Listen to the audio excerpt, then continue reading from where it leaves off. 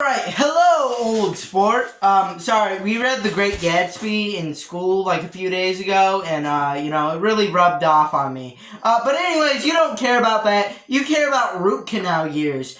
Now, root canal years is is most famous for his song, Maybe I Should Kill Myself. By the way, YouTube Clinker AIs, that is a song title, alright?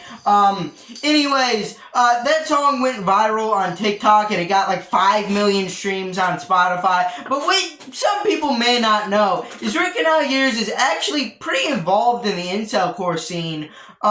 He was recently on the Best Friends Forever compilation with 404 Me, Cope, and a bunch of other people.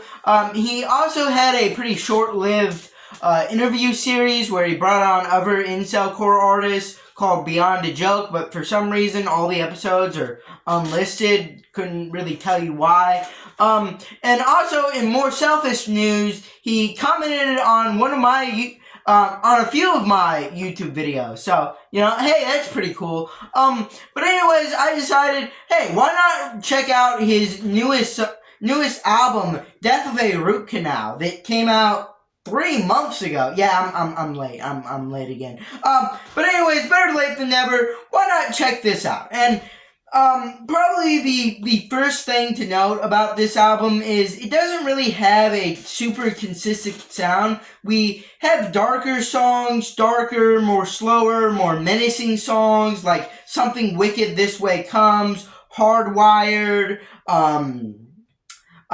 Please Shut Your Effing Mouth. All being kind of slower, slower, grungier type songs, which are probably my favorite from this album, in all honesty. Infamously, a while back ago, I put his song, Root Canal Years song, Every Country Has a Lanker, on my most underrated incel core songs of 2025 list.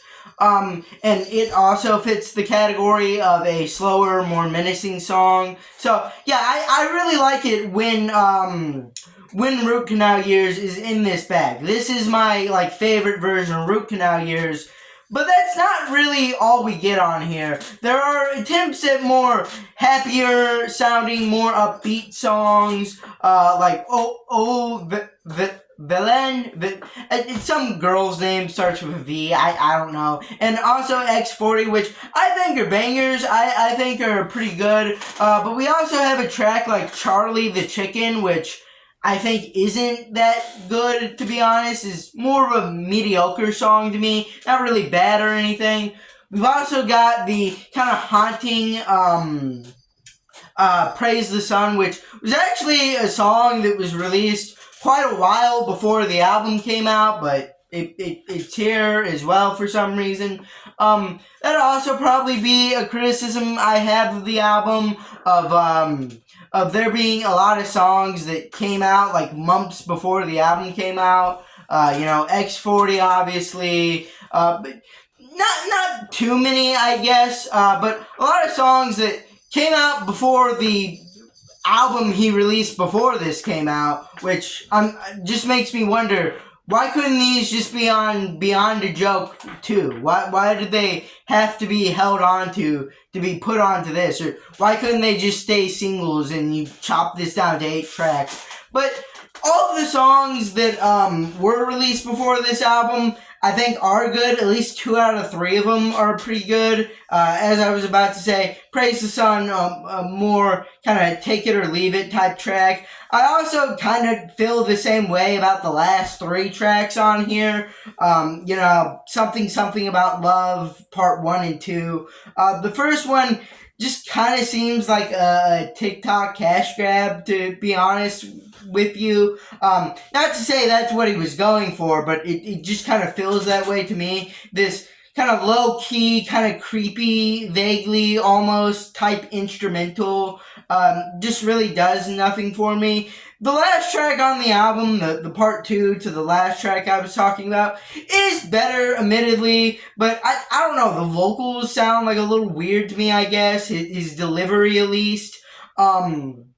Yeah, I mean, some of these songs almost sound like they came from like a completely different artist. Like compare "Oh Birds, Oh the Birds" to the track that immediately like precedes it, "Something Wicked This Way Comes." Like these almost feel like they were made by two completely different artists, and I do actually see that as kind of a strength, an artist that is able to do multiple types of songs and do them well.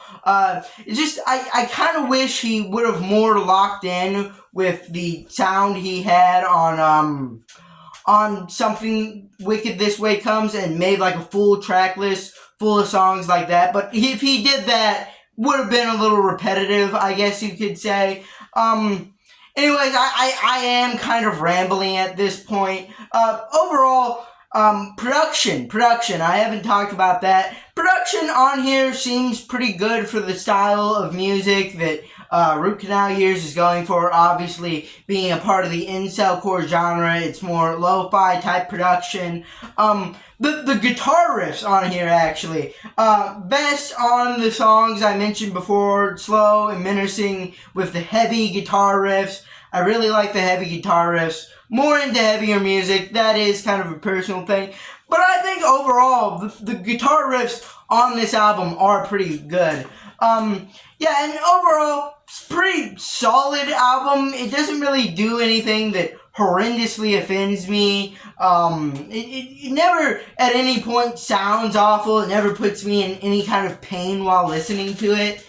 There's just some tracks I'm not as happy with as I am with others, but there are undeniably bangers on here, so that's why I'm feeling a strong 6 on this album. But anyways, leave your thoughts in the comments down below. Leave a like, subscribe, and bye.